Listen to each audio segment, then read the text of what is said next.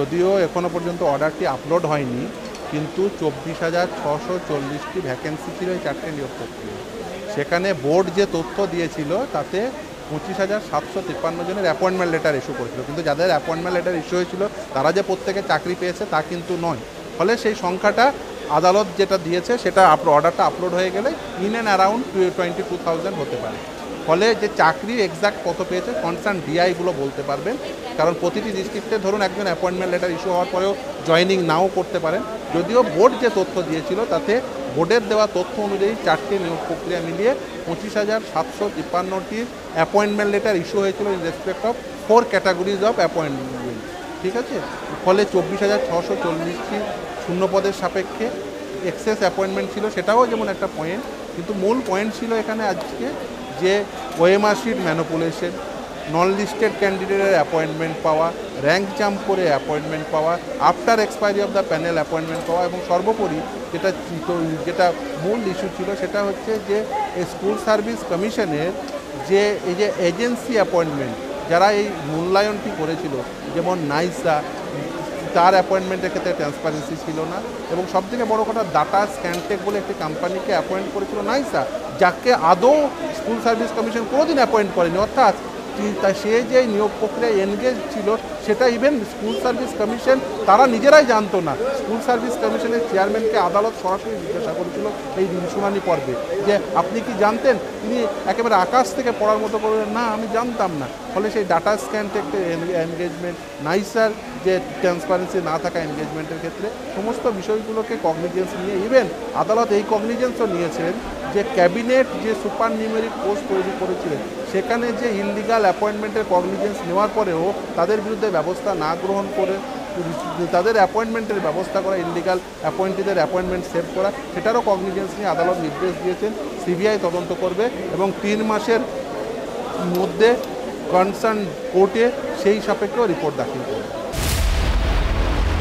মূল লড়াই হলো যারা যোগ্য তাদের চাকরি থাকবে, তারা চাকরি পাবেন, যারা অযোগ্য তাদের বাতিল হবে। কিন্তু যে আদালতের সামনে 3টে অপশন খোলা ছিল, আদালত সেই কথাও বলেছে, আদালতের সামনে 3টে অপশন খোলা ছিল। এক, রিট পিটিশন বাতিল। দ্বিতীয় হচ্ছে যে tainted candidate non tainted candidate separate করা। তৃতীয় হচ্ছে যে পুরো নিয়োগ প্রক্রিয়াটিকে নাল অ্যান্ড ভয়েড ডিক্লেয়ার করা। আদালত প্রথম দুটো অপশনকে সেটা যে সঠিক হবে না এটা আদালত মনে করেছেন, তার কারণ রিট পিটিশন বাতিল করার কোনো প্রশ্নই আসে না।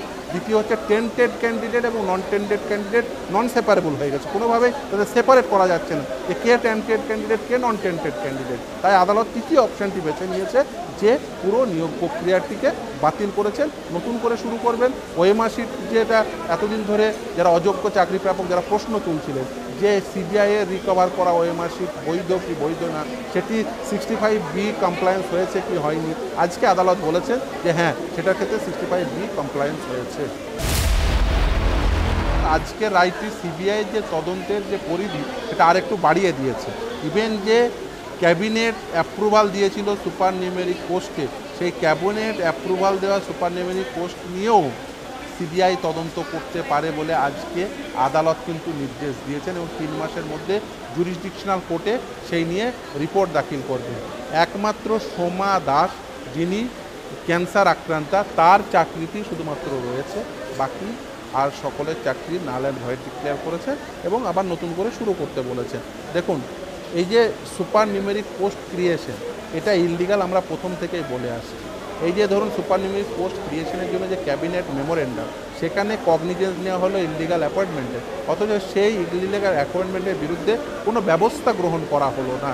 সেই কথা আমরা বারবার বলেছি, আজকে আদালতে আমাদের বলা সমস্ত কথা, যেমন সব হতে পারে এটা OMR sheet manipulation, rank jump, non listed candidate appointment, after expiry of the panel appointment, reservation policy maintain না করা, রেশিও মেনটেন না করা, যে মেল ফিমেল এবং ফিমেলের যে ক্যাটাগরি সেই ক্যাটাগরিজেশন মেনটেন না করা, অর্থাৎ নিয়োগ প্রক্রিয়ার যে আইন সেই রুলসের প্রতিটি ধাপকে ভায়োলেট করেছে। আজকে আদালত কিন্তু সেটাই বলেছে, সেই জন্য আদালতের সামনে যে 3টে অপশন ছিল, সেই 3টে অপশনের মধ্যে প্রথম 2টি অপশন আদালত মনে করেছেন সেটা দেওয়াটা ঠিক হবে না, তৃতীয় অপশনটি আদালত বেছে নিয়েছে। তার কারণ যদি টেন্টেড ক্যান্ডিডেট এবং নন টেন্টেড ক্যান্ডিডেট সেপারেট করা যেত, তাহলে নিশ্চিতভাবে টেন্টেড ক্যান্ডিডেটদের বাতিল হওয়াটা সবথেকে বেশি সঠিক হতো বলে হতো, কিন্তু সেটা করা সম্ভব হলো না।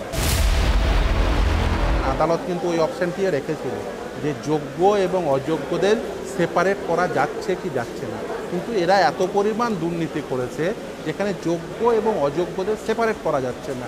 আপনি নিশ্চিতভাবে দেখেছেন যে একজন চাকরি পাচ্ছে, দেখা যাচ্ছে আরেকজন চ্যালেঞ্জ করছে বা রেশিও ভায়োলেট হয়ে, কেউ হয়তো আবার আর একজন চ্যালেঞ্জ করে এসে বলবে, ধরুন সাপোজ ওএমআর শিট ম্যানিপুলেশনগুলো বাতিল করে দিল, এবার ওএমআর শিট ম্যানিপুলেশন বাতিল করলে তো রেশিও মেনটেন করতে হবে, এবার সেখানে রেশিও মেনটেন না হলে আরেকজন এসে চ্যালেঞ্জ করবে, ফলে এটা নিরন্তর মামলার প্রসেস চলতে থাকতো। এটা তো আর আদালতের কাছে কোনোদিন কাম্য হতে পারে না। ফলে আদালত দেখেছেন যে সব থেকে আদালতের কাছে ভায়াবল অপশন কী আছে, তার কারণ আদালতের সামনে ভায়াবল অপশন আদালত দেখেছে। তার কারণ টেন্টেড ক্যান্ডিডেট অর্থাৎ কারা যোগ্য কারা অযোগ্য এইটা যে ডিটারমিন করার মতো পরিস্থিতিই নেই এই নিয়োগ প্রক্রিয়ায়। তার কারণ এটা মাল্টিফোল্ড দুর্নীতি, যেমন ওএমআর শিট ম্যানিপুলেশন আছে, যেমন ধরুন র্যাঙ্ক জাম্প আছে, যেমন ধরুন after expiry of the panel আছে, যেমন লস্ট লিস্টেড ক্যান্ডিডেট আছে, এবার ধরুন নন লিস্টেড ক্যান্ডিডেট শুধুমাত্র যদি থাকতো তাহলে সেটাকে সহজেই তাদের আইডেন্টিফাই করা যেত, কিন্তু তা তো নেই। ওএমআর শিটের ম্যানিপুলেশন আছে, রেশিও ভায়োলেশন আছে, মেল ফিমেল ক্যাটাগরাইজেশনে সেখানে অসঙ্গতি রয়েছে। ফলে মাল্টিফোল্ড দুর্নীতি, মাল্টিফোল্ড ইরেগুলারিটি, মাল্টিফোল্ড ডিহর্সিং অফ রুলস আছে। ফলে এই যে মাল্টিফোল্ড ইস্যু সেগুলোকে অ্যাড্রেস করে যে শুধুমাত্র টেন্টেড ক্যান্ডিডেট আইডেন্টিফাই করাটা, সেটা আদালতের ক্ষেত্রে যথেষ্ট কঠিন।